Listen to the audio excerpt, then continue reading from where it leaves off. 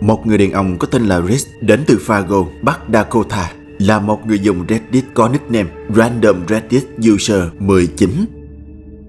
Đã có chia sẻ một đoạn phim đáng lo ngại được ghi lại bởi một camera giám sát bên trong phòng con trai của anh. Rich cho biết gần đây đứa con trai 4 tuổi của anh có những biểu hiện rất kỳ lạ. Và kỳ lạ nhất, khoảng vài ngày trở lại đây, nó không muốn vào phòng riêng nữa vì thằng bé nói rằng bên trong có một con quái vật. Dĩ nhiên khi nghe thằng bé nói như vậy, Rich hoàn toàn cho rằng nó đang nói nhảm, hoặc có thể do trí tưởng tượng của thằng bé mà thôi. Nhưng vào một đêm tầm khoảng 2 giờ sáng, khi thằng bé đang ngủ say trên giường, thì một sự kiện kinh hoàng đã xảy ra với nó. Và tất cả diễn biến đáng sợ đó đã được camera giám sát trong phòng ghi lại. Xem nha.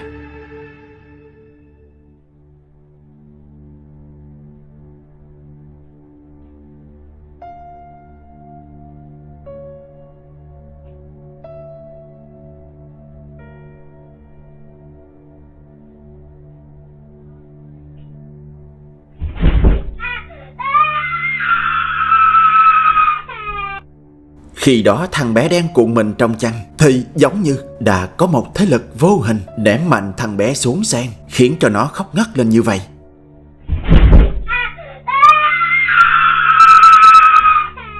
Rich nói rằng sau những gì đã xảy ra, thằng bé vẫn ổn. Nó chỉ bị sốc ban đầu vì không biết chuyện gì vừa xảy ra với mình.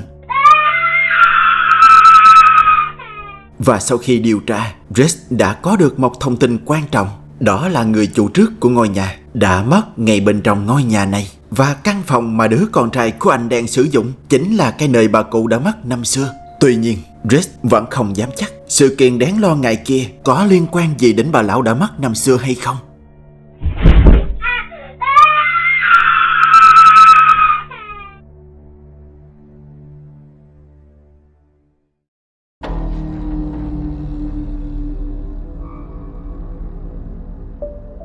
Một người phụ nữ người Mỹ có tên là Tasha Dash đến từ trang TikTok cùng tên đã có chia sẻ những đoạn phim đáng sợ và cho biết khoảng vài tuần trước, cô và chồng đã chuyển đến một khu trang trại nằm ở vùng nông thôn Upstate, New York, được thành lập vào năm 1840. Hai vợ chồng Tasha cảm thấy rất hạnh phúc khi cả hai đã hoàn tất các công việc cần thiết cho chỗ ở mới của mình. Nhưng chẳng được bao lâu, cuộc sống của họ trở nên đen tối hơn khi trong nhà liên tiếp xảy ra những điều kỳ lạ không thể giải thích. Điều đáng sợ là dường như những sự kiện ma quái chỉ xảy ra khi Tasha ở nhà một mình. Và cũng chính điều này khiến cho chồng của cô nghi ngờ về những gì Tasha kể lại. Một ngày khác, không biết vì sao cái khung ảnh treo tường đã bị rơi xuống sàn. Nhận thấy điều ma quái bắt đầu xảy ra, nên Tasha đã nhanh chóng chập lấy điện thoại ghi lại với hy vọng sẽ có được một bằng chứng để thuyết phục được người chồng của cô. See, and you think I'm crazy. The first time I'm here by myself, there's a picture on the floor, and it just...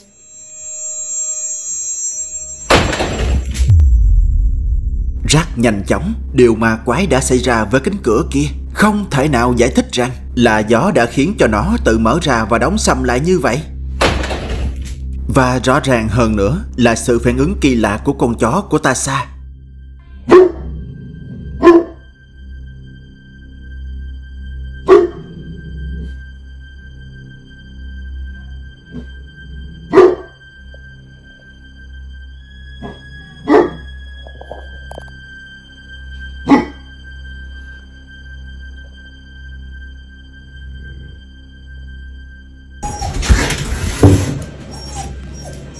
Why are you running?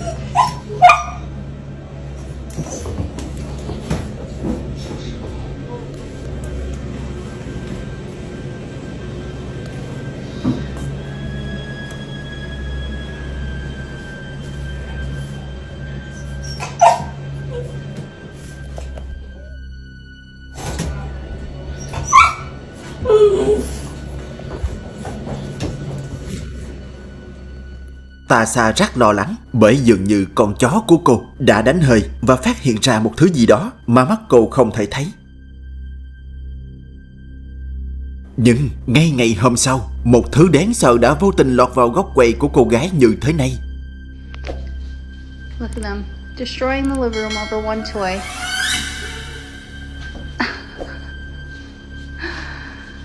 Silly.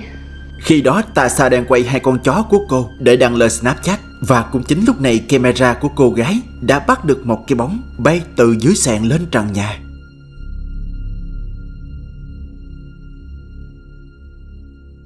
Ban đầu chính Tasha cũng không hề biết có sự xuất hiện ma quái này. Chỉ sau khi những người xem bình luận về đoạn phim, cô mới nhận ra cái bóng đáng sợ này. Nhưng Tasha không biết nó có thể là gì, nên cô gái đã chia sẻ cảnh quay đáng sợ này lên trang TikTok cá nhân, với hy vọng sẽ có được câu trả lời từ những người xem trên nền tảng này. Nhưng lúc bấy giờ chưa nhận được bất kỳ câu trả lời nào, thì vào một đêm khuya, đột nhiên chuông cửa nhà cô kêu vang. Và khi Tasha kiểm tra camera để xem đó là ai, ngay lập tức cô gái đã nổi hết da gà lên bởi cái thứ đáng sợ này.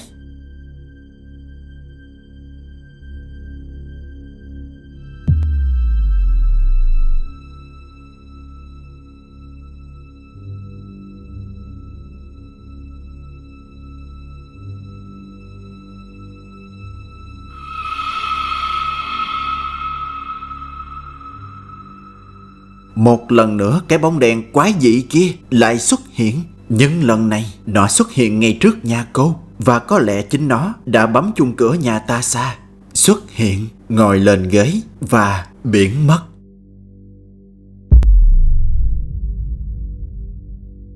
Với những bằng chứng thuyết phục như thế, những người xem và cả người chồng của Tasha đều tin rằng ngôi nhà mới của họ đã thật sự bị ám bởi ma quỷ.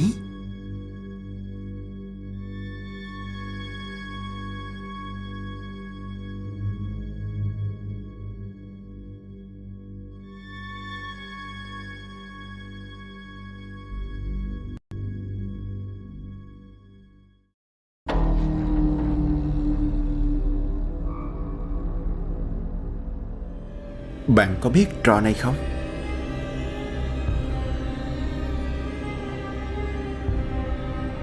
Nó có tên là AI Manga, nằm bên trong ứng dụng TikTok.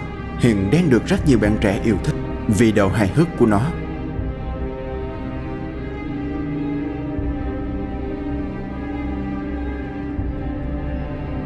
Nhưng đôi khi hiệu ứng này lại làm cho người chụp cảm thấy hoang mang hơn. Điển hình như trường hợp sau đây. Bendy, một cô gái trẻ đến từ Virginia, nói rằng trong khi ngôi nhà của cô đang được tu sửa, cô đã chụp lại vài tấm ảnh bằng hiệu ứng AI Manga này để xem ngôi nhà sau khi được vẽ lại nó sẽ trông như thế nào. Và trong lúc chụp như thế, AI đã mô phỏng và vẽ lại những hình ảnh kỳ lạ như thế này.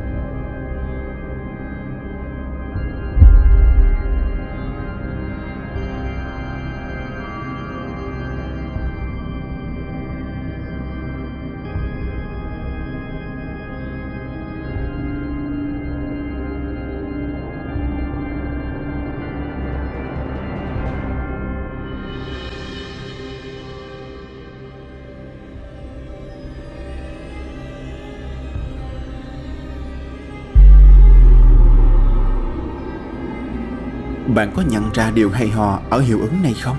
Đó là nó có thể nhận biết và vẽ lại vật thể theo đúng tông màu của vật thể chủ. Điều đó sẽ lý giải vì sao không phải tự nhiên mà bức vẽ này lại giống một con ma đến thế. Và điều rợn tóc gáy là cái thứ được mô phỏng đó đang nhìn chằm chằm vào máy ảnh.